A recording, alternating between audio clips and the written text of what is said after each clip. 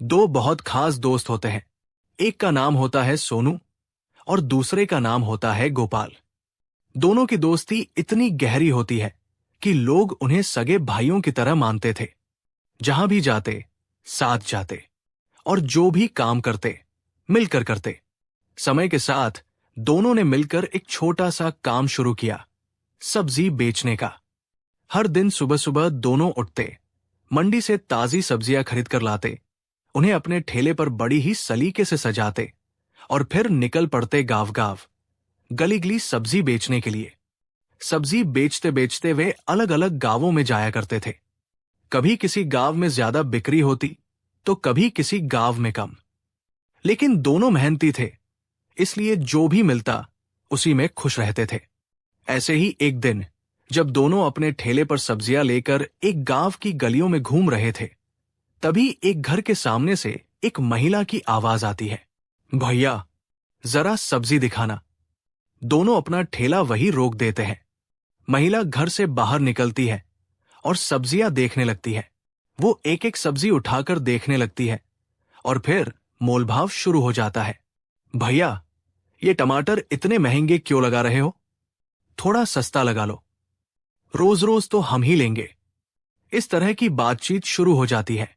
सब्जी का मोलभाव करते करते वो महिला लगातार बातें करती रहती है। हर सब्जी का भाव पूछती, हर सब्जी में थोड़ा कम करने की बात करती। ये बातचीत करीब 1.5 से 2 मिनट तक लगातार चलती रहती है। आखिरकार महिला कुछ सब्जियां खरीद लेती है, पैसे देती है और आराम से वहां से चली जाती है। लेकिन जैसे ही वो महिला वहां से जाती है, गोपाल की नजरें उसी दिशा में टिकी रह जाती है। वो लगातार उस महिला को जाते हुए देखता रहता है। उसके चेहरे पर एक अजीब सा भाव आ जाता है, जैसे उसे किसी बात पर यकीन नहीं हो रहा हो। फिर वो धीरे धीरे अपने दोस्त सोनू की तरफ देखता है और देखते देखते उससे कहता है, सोनू, मुझे तो यकीन ही नहीं हो रहा। अभी जो महिला सब्जी लेने आई थी, वो बिल्कुल तुम्हारी पत्नी जैसी दिखाई दे रही थी। सोनू ये बात सुनता है, लेकिन उसके चेहरे पर कोई खास प्रतिक्रिया नहीं आती। वो ऐसे व्यवहार करता है जैसे उसने कुछ सुना ही नहीं हो। तभी गोपाल दोबारा कहता है, अरे, मैं तुमसे कुछ कह रहा हूं, तुम ध्यान क्यों नहीं दे रहे हो? सोनू थोड़ी देर चुप रहता है, फिर धीरे से कहता है, ध्यान इसलिए नहीं दे रहा क्योंकि जिसकी 7 साल पहले मौत हो चुकी हो, जिसकी मौत के इल्जाम में मैं 18 महीने तक जेल की सलाखों के पीछे रह चुका हूं और जिसके केस के खुलासे के लिए पुलिस ने इनाम तक घोषित किया था। तुम कह रहे हो कि वो मेरी पत्नी जैसी लग रही थी? ये कहते हुए सोनू के चेहरे पर दर्द साफ दिखाई दे रहा था। उसे अपनी जिंदगी के वो पुराने जख्म याद आ गए थे, जिन्हें वो बड़ी मुश्किल से भूलने की कोशिश कर रहा था। लेकिन गोपाल अभी भी अपनी बात पर अड़ा हुआ था। वो बार बार कह रहा था, नहीं, मैं मजाक नहीं कर रहा, मुझे पूरा यकीन है, वो महिला बिल्कुल तुम्हारी पत्नी जैसी ही लग रही थी। उसकी आवाज, उसका बोलने का तरीका, उसका मोलभाव करना, सब कुछ बिल्कुल वैसा ही था। अब धीरे धीरे सोनू के मन में भी शक पैदा होने लगा। पहले उसने इस बात को मजाक समझा, लेकिन जब गोपाल बार बार यही बात दोहराने लगा तो सोनू के मन में भी सवाल उठने लगे। आखिरकार गोपाल अपने दोस्त के पीछे पड़ जाता है। वो कहता है, हो ना हो, तुम्हें इस मामले को खुद से देखना चाहिए। अगर मेरी बात गलत निकली तो ठीक, लेकिन अगर सही निकली तो बहुत बड़ी सच्चाई सामने आ सकती है। अब दोनों दोस्तों ने फैसला कर लिया, वे इस मामले की खुद जांच पड़ताल करेंगे। उन्हें अंदाजा भी नहीं था कि उनका ये फैसला उनकी जिंदगी की सबसे बड़ी सच्चाई सामने लाने वाला है। एक ऐसी सच्चाई जो ना केवल पुलिस की पोल खोलने वाली थी, बल्कि कई लोगों की जिंदगी से जुड़ी हुई थी। अब इस कहानी की असली शुरुआत होती है। ये सच्ची घटना जुड़ी हुई है राजस्थान प्रदेश से। राजस्थान प्रदेश में एक जिला है दौसा, और दौसा जिले में ही एक बहुत प्रसिद्ध धार्मिक स्थल है, मेहंदीपुर बालाजी। ये एक ऐसा धार्मिक स्थल है जहां दूर दूर से लोग दर्शन करने के लिए आते हैं। लोग अपनी मनोकामनाएं लेकर आते हैं और पूरी श्रद्धा के साथ यहां भगवान के दर्शन करते हैं। ऐसे ही एक व्यक्ति होता है जिसका नाम होता है सूरज प्रसाद गुप्ता। उसकी पत्नी का नाम होता है उर्मिला देवी और उनकी एक बेटी होती है आरती। तीनों का छोटा सा खुशहाल परिवार था। माता पिता अपनी बेटी से बहुत प्यार करते थे। आरती भी अपने माता पिता की बहुत इज्जत करती थी। एक दिन तीनों ने फैसला किया कि वे मेहंदीपुर बालाजी में दर्शन करने जाएंगे। वे अपने घर से निकलते हैं, लंबा सफर तय करते हुए मेहंदीपुर बालाजी पहुंचते हैं और वहां भगवान के दर्शन करते हैं। दर्शन करने के बाद उनका मन बहुत खुश था। दर्शन के बाद वे मंदिर के पास लगे बाजार में घूमने निकल जाते हैं। बाजार में बहुत सारी दुकानें लगी हुई थी। धार्मिक किताबों की दुकानें, तस्वीरों की दुकानें और पूजा पाठ से जुड़ी कई तरह की चीजें। घूमते घूमते वे समाधि वाली गली में पहुंच जाते हैं। वहीं पर बंबई वाली धर्मशाला के पास एक दुकान थी जो धार्मिक तस्वीरों और किताबों की थी। तीनों उस दुकान के सामने रुक जाते हैं। आरती को तस्वीरें देखने का बहुत शौक था। वो दुकान के अंदर चली जाती है और अलग अलग तस्वीरें देखने लगती है। वो एक एक तस्वीर को ध्यान से देख रही थी और अलग अलग तस्वीरों का मोलभाव भी कर रही थी। उसी दुकान पर दो लड़के काम करते थे। एक का नाम था गोपाल सैनी और दूसरे का नाम था सोनू सैनी। दरअसल उस समय सोनू सैनी ही आरती को तस्वीरें दिखा रहा था। बातचीत करते करते अचानक ऐसा हुआ कि दोनों की नजरें एक दूसरे से टकरा गई। कहते हैं कभी कभी एक नजर ही इंसान की जिंदगी बदल देती है और यहां भी कुछ ऐसा ही हुआ। आरती और सोनू के बीच बातचीत शुरू हुई और बातचीत करते करते दोनों के बीच एक अजीब सा लगाव बनने लगा। उन्होंने कभी सोचा भी नहीं था कि कुछ ही पलों में उनकी ये मुलाकात दोस्ती में बदल जाएगी और फिर ये दोस्ती धीरे धीरे प्यार में बदल जाएगी। आरती ने तस्वीरें खरीदी, लेकिन जाते जाते उसने सोनू से उसका मोबाइल नंबर ले लिया। सोनू ने भी बिना किसी हिचकिचाहट के अपना नंबर दे दिया। इसके बाद आरती अपने माता पिता के साथ वापस अपने घर चली गई और सोनू वापस अपनी दुकान पर काम करने लगा। लेकिन अब दोनों के बीच बातचीत का सिलसिला शुरू हो चुका था। हर दिन फोन पर बातें होती थी, कभी सुबह, कभी दोपहर, कभी रात में। धीरे धीरे दोनों एक दूसरे के बहुत करीब आ गए। समय बीतता गया और उनका रिश्ता और मजबूत होता गया। अब दोनों को ऐसा लगने लगा था कि वे एक दूसरे के बिना नहीं रह सकते। आखिरकार एक दिन दोनों ने फैसला किया, क्यों ना हम शादी कर लें और अपना घर बसाएं। लेकिन यह फैसला आसान नहीं था। आरती जानती थी कि उसके माता पिता इस रिश्ते को शायद स्वीकार नहीं करेंगे। फिर भी प्यार के आगे डर छोटा पड़ गया। एक दिन 5 सितंबर 2015 आरती अचानक अपने घर से गायब हो जाती है। वो बिना किसी को बताए चुपचाप अपने घर से निकल जाती है। जब उसके माता पिता को ये बात पता चलती है तो उनके पैरों तले जमीन खिसक जाती है। वे घबरा जाते हैं, चारों तरफ तलाश शुरू कर देते हैं। हर रिश्तेदार से पूछते हैं, हर जान पहचान वाले से पूछते हैं, लेकिन आरती का कहीं कोई पता नहीं चलता। दिन बीतते जाते हैं और माता पिता की चिंता बढ़ती जाती है। आखिरकार 3 दिन बाद यानी 8 सितंबर 2015 को आरती खुद अपने पिता को फोन करती है। फोन पर वो कहती है, पापा, आप परेशान मत होना, मैं बिल्कुल ठीक हूं। मैंने बांदीकुई कोर्ट में जाकर सोनू सैनी नाम के लड़के से शादी कर ली है। अब मैं उसी के साथ रहूंगी। ये सुनकर उसके पिता एकदम सन्न रह जाते हैं। उन्हें बहुत बड़ा झटका लगता है। लेकिन जब उन्हें ये यकीन हो जाता है कि उनकी बेटी जिंदा है तो उन्हें थोड़ी तसल्ली मिलती है। आरती अपने पिता को सोनू के गांव का पता भी दे देती है और कहती है, आप बिल्कुल परेशान मत होना, मैं यहां खुश हूं, अपनी नई जिंदगी में खुश हूं। ये बात सुनकर उसके पिता ने खुद को समझाया और धीरे धीरे हालात को स्वीकार कर लिया। इसके बाद सोनू अपनी पत्नी आरती को लेकर अपने गांव जाता है। घर पहुंचकर वो अपने परिवार वालों को बताता है कि उसने इस लड़की से शादी कर ली है। शुरुआत में परिवार वाले थोड़े नाराज होते हैं, लेकिन धीरे धीरे सब कुछ सामान्य हो जाता है। सब कुछ ठीक ठाक चल रहा था, लेकिन किसी को अंदाजा नहीं था कि आने वाले कुछ दिनों में एक ऐसी घटना होने वाली है जो सब कुछ बदल कर रख देगी। शादी के सिर्फ 8 दिन ही बीते थे कि अचानक 8वें दिन आरती लापता हो जाती है। वो अचानक घर से गायब हो जाती है। सोनू घबरा जाता है। पूरे गांव में उसे तलाश किया जाता है।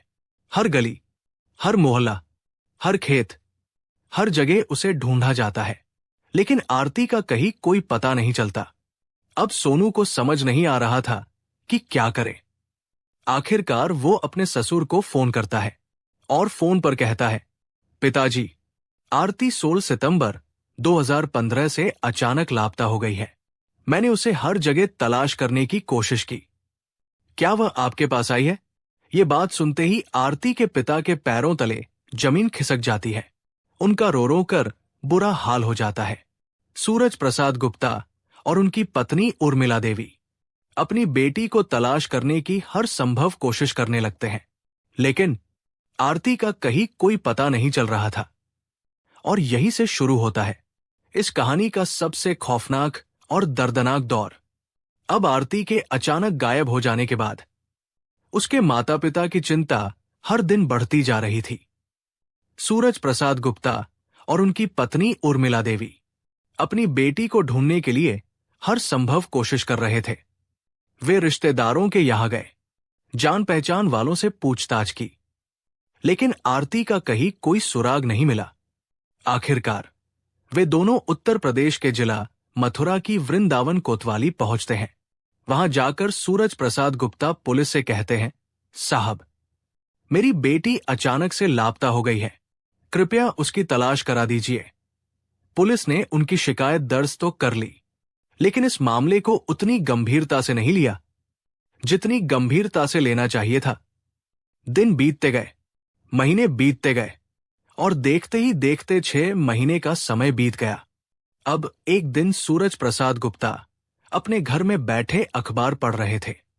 अखबार पढ़ते पढ़ते अचानक उनकी नजर एक खबर पर जाती है।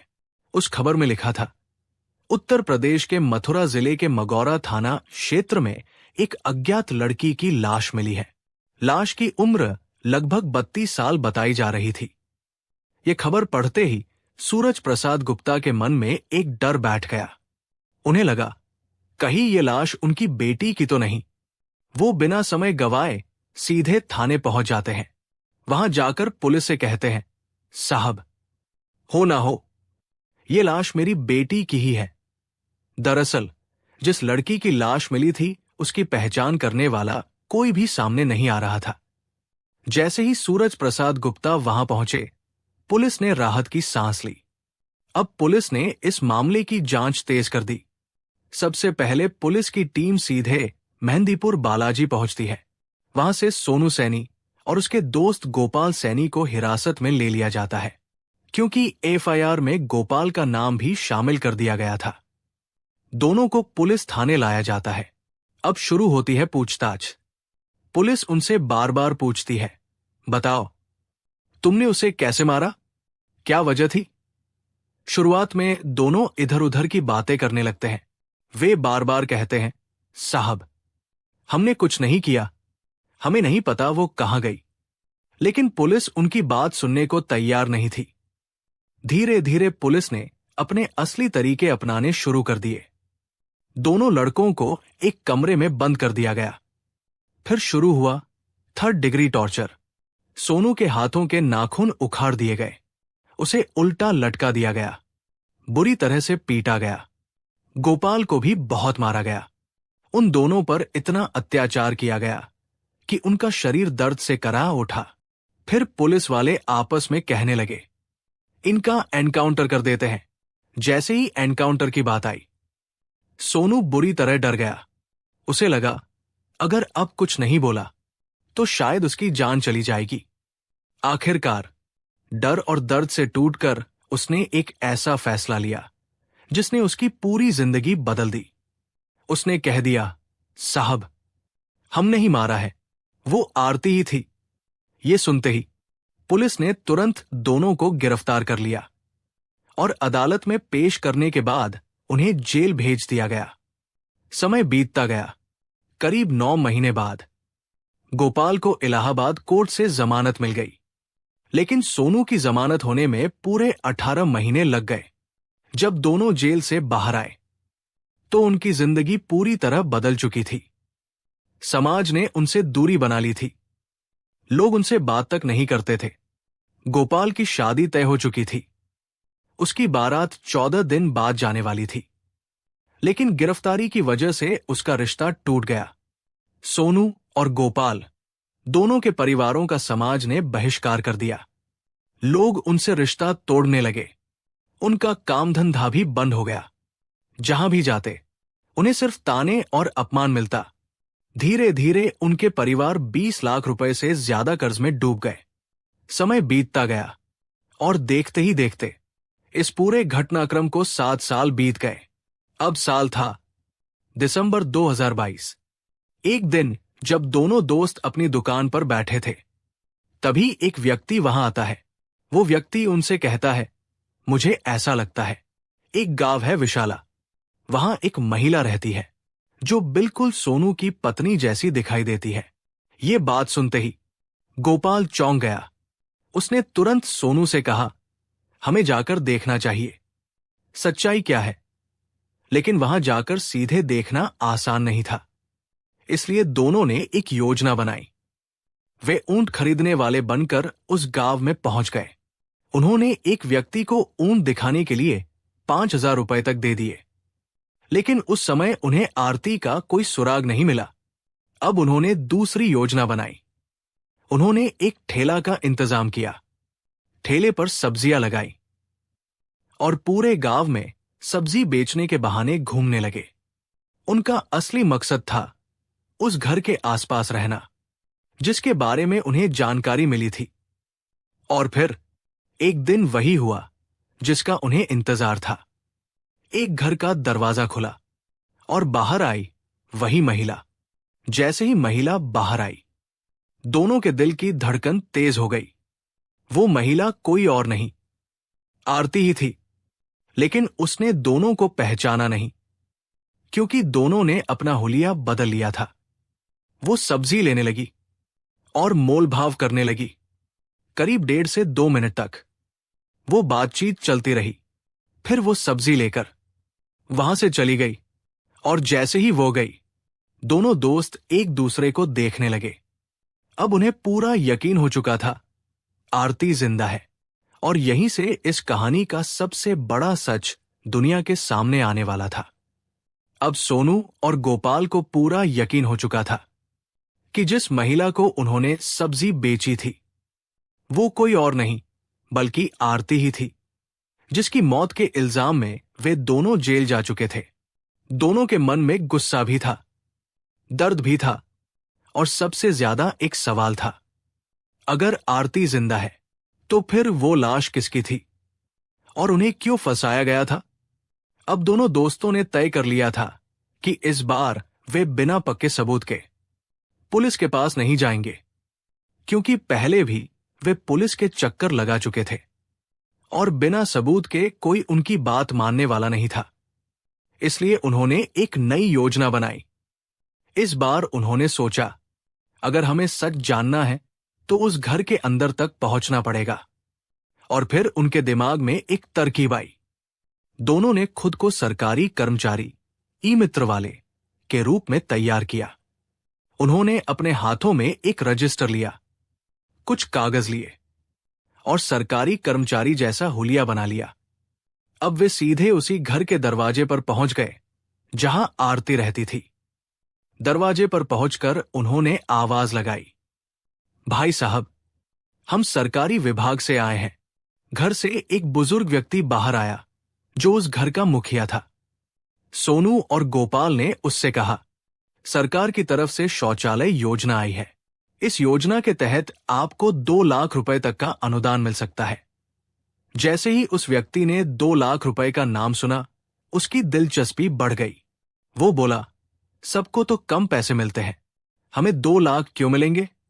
तब सोनू और गोपाल ने चालाकी से जवाब दिया, सरकार ने इस बार लकी ड्रॉ रखा है, अगर आपका नाम निकल गया तो आपको पूरे 2 लाख रुपए मिलेंगे। अब वो व्यक्ति उनकी बातों में आ चुका था। उसने कहा, ठीक है, बताइए हमें क्या करना होगा? सोनू और गोपाल बोले, बस आपको अपने घर के सभी सदस्यों की जानकारी देनी होगी, उनके पहचान पत्र भी दिखाने होंगे और यह भी बताना होगा कि आपके घर में कितने लोग रहते हैं। पैसों के लालच में आकर वो व्यक्ति पूरी तरह से उनकी बातों में फंस गया। उसने घर के हर सदस्य की जानकारी देना शुरू कर दिया। एक एक करके आधार कार्ड, पहचान पत्र और बाकी दस्तावेज सब उनके सामने रख दिए गए। अब सोनू और गोपाल धीरे धीरे उन कागजों को पलटने लगे। उनके दिल की धड़कन तेज होती जा रही थी। उन्हें बस एक नाम का इंतजार था, आरती। और फिर जैसे ही एक पन्ना पलटा गया, उनकी नजर एक नाम पर जाकर रुक गई। नाम लिखा था आरती और उसके आगे लिखा हुआ था, पता उरई, जालौन, उत्तर प्रदेश। अब उन्हें पूरा यकीन हो चुका था, ये वही आरती है जिसकी वजह से उनकी जिंदगी बर्बाद हो गई थी। अब दोनों सीधे वहां से निकलते हैं और पहुंच जाते हैं मेहंदीपुर बालाजी पुलिस स्टेशन। वहां जाकर वे एसएचओ से मिलते हैं। सोनू कहता है, साहब, मेरी पत्नी जिंदा है, हम उसके केस में जेल जा चुके हैं, हम रोज कोर्ट के चक्कर काट रहे हैं, अब आप हमारी मदद कीजिए। शुरुआत में पुलिस को लगा कि शायद वे मजाक कर रहे हैं, लेकिन जब उन्होंने सारे दस्तावेज पुलिस के सामने रखे तो पुलिस भी हैरान रह गई। अब इस मामले की जानकारी मथुरा पुलिस को दी गई। पुलिस की एक टीम तुरंत उस गांव पहुंची। वहां जाकर उस घर में दबिश दी गई और वहां से आरती को गिरफ्तार कर लिया गया। उसे थाने लाया गया। अब उससे पूछताछ शुरू हुई। पुलिस ने उससे पूछा, सच सच बताओ, तुम इतने सालों तक कहां थी? पहले तो वो चुप रही, लेकिन जब पुलिस ने सख्ती दिखाई तो उसने पूरी सच्चाई बता दी। उसने बताया, शादी के सिर्फ 8 दिन बाद उसे एहसास हो गया था कि सोनू का घर उतना अमीर नहीं है जितना उसने सोचा था।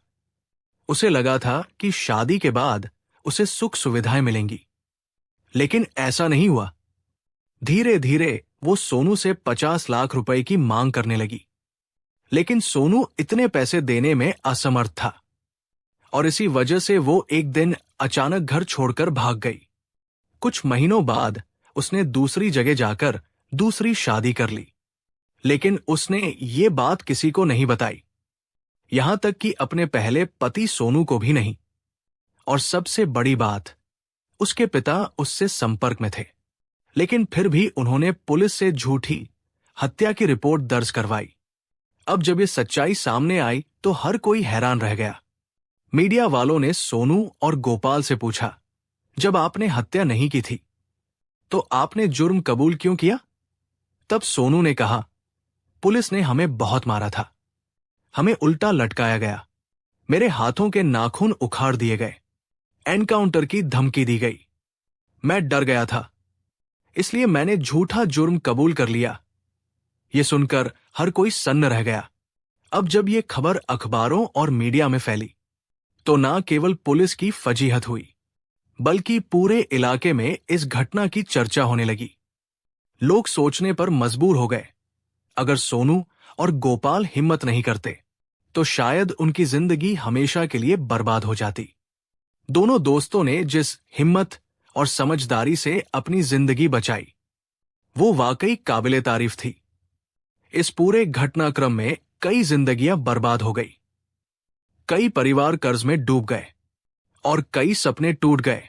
दोस्तों, इस कहानी को सुनाने का मकसद किसी को डराना नहीं है, किसी का दिल दुखाना नहीं है, बल्कि आपको जागरूक करना है। अगर इंसान सोनू और गोपाल की तरह हिम्मत और समझदारी से काम ले तो शायद बड़ी से बड़ी समस्या का सामना भी किया जा सकता है। और सच में दोनों दोस्तों को सैल्यूट बनता है, जिन्होंने हार नहीं मानी और अपनी जिंदगी को दोबारा सही रास्ते पर लाकर खड़ा कर दिया।